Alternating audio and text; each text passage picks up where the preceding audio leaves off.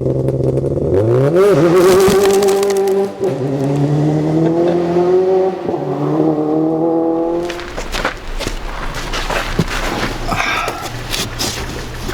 right.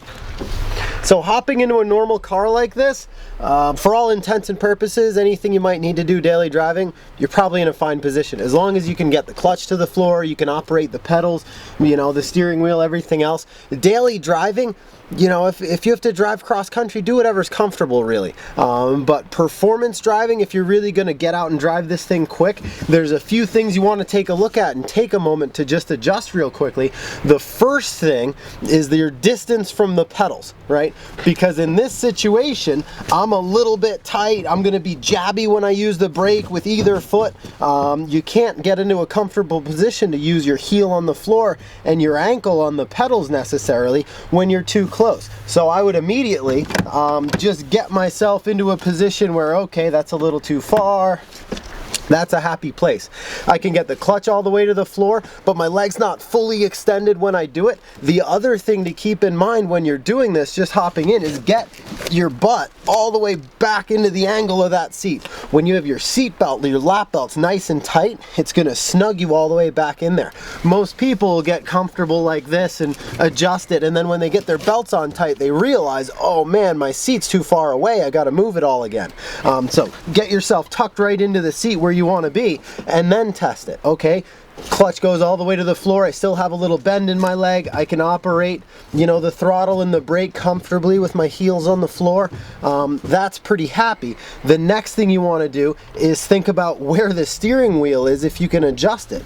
You know, what we find a lot of the time is a steering wheel like this, you're probably okay, except that, especially if I start left foot braking, what happens is when I turn the wheel, you actually get interference between your left knee and your hand here, and I can't necessarily, the power steering's off because the car's not on, but that's not a good place to be in right there. And certainly even if you're not left foot braking, you can get into these situations. So raise the wheel up a little, bring it towards you or away from you, whatever you need to do so that you can operate it without any real interference, because that could be a major problem. Take a look at, you know, if your height is adjustable in your seat. You've probably heard in a racing car, or really to get the best feel as you're driving, you want it as low as possible slung down to the body. Absolutely true from an engineering standpoint, as long as that gives you good visibility. That's different for everybody. You know, if I were 4 inches shorter and I dumped this seat down, you know, especially in a race car, you could mount it almost right on the floor. Well, now all of a sudden you're not seeing where you're going, you're gonna have a major problem. So really, engineering aside, you know, your body mass in this car isn't going to make that much of a difference if it's a few inches higher or lower. And certainly don't compromise that. If you need visibility on the road, you need to see where you're going and be aware of your surroundings. You know, get your height situated so you've got good visibility. You'll be safer, you'll be happier, you'll drive faster, everything's wonderful. As far as the seat back, you know, you don't want, you know, necessarily to be all the way hunched over on this, but the problem we see a lot of the time is people recline the seat for comfort, and then what happens is when you're driving quickly, you pull your body up and start driving like this, and your body's moving around. One, okay, if you crash, not going to be too pretty, and two is if you get that seatbelt on tight, again, now all of a sudden you're tucked back in here. Now look at the angle of my arms. You're going to be making big adjustments here because you're using your shoulder muscles. You're not going to feel what the car is doing so well, and you do want your shoulders tucked back in the seat again just to get more feedback from the car. So get yourself somewhere. My shoulders are tucked back into the seat. When my belt's on tight, I'm going to be in the same position. It's not going to change, and I'm going to get that feedback from the seat now through my back and shoulders of what the car's doing as you start moving around and the car starts to slide or you're holding a corner or whatever's going on.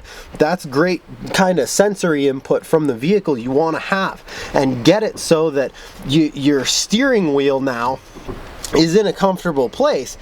Typical rule of thumb is if I stretch my arm out here, I want my wrist to touch the top of the wheel. Well, again, you can see now if I tuck my myself back in the seat to where I'm going to be belted in tight, I'm not quite there. So, you know, do whatever you might need to do, whether that's adjusting the steering wheel, or I might need to bring this actually up another click, wrong one, up another click to get myself where I need to be now. And that's an approximate distance. What you don't want is too far away.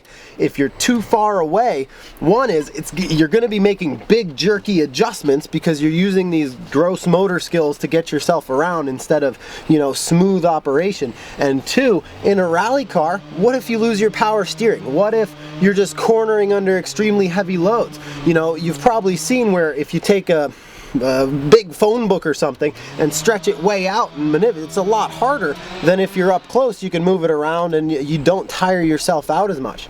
So you don't need to be all the way in here with the seat, but get yourself where you can manipulate the controls. Again, if you did lose power steering or you had to use some real effort to turn the wheel, like right now the car's not on and I can still turn the wheel pretty efficiently right here.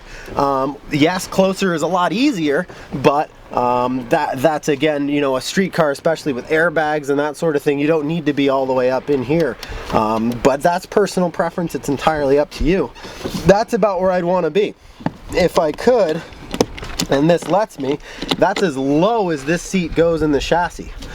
I could go lower, and with a race car, I probably would mount the seat lower than where it is in this one right now. But that's kind of what you're up against with a street car. So now you've got it set, take it out, drive around, test it, see what you think, move things around a little bit. It might not be the most comfortable position. Again, you're not going to drive cross country like this. You know, you could of course, but it's where you need to be, and you'll find once you did start driving quickly, you got out on a track, you got out on a rally stage, you'd have a big advantage. Get it super happy to where you like it and you like what's going on, and then literally just take a few measurements of where the seat is, mock it up in the race car now. What you're going to find is different seats. Obviously a racing seat, you're not going to be able to adjust the tilt of it. And some racing seats are built very vertically, and some racing seats are built in a much more reclined position. If you've ever seen, you know, Formula 1 cars, they're basically laying down in those cars all the way up through Indy cars, and you know, some stock cars, all of a sudden they're very vertical. Rally cars, touring cars, you know, there's different angles to that seat. So when you choose a seat, it's very difficult to do. Most people buy a racing seat that about fits them because there's narrow ones and wide ones and everything else, and they run with that. So you can play with the different angles. If you go on the spec sheet of any of these seats that are for sale and do the little research before you get there, figure out what angle this is that you like the most for your body size and your car, and get something that's like that, that is wide enough that it fits you comfortably, but it's snug enough that it does hold you in pretty well in case of an accident, and again, to get more feedback from the car.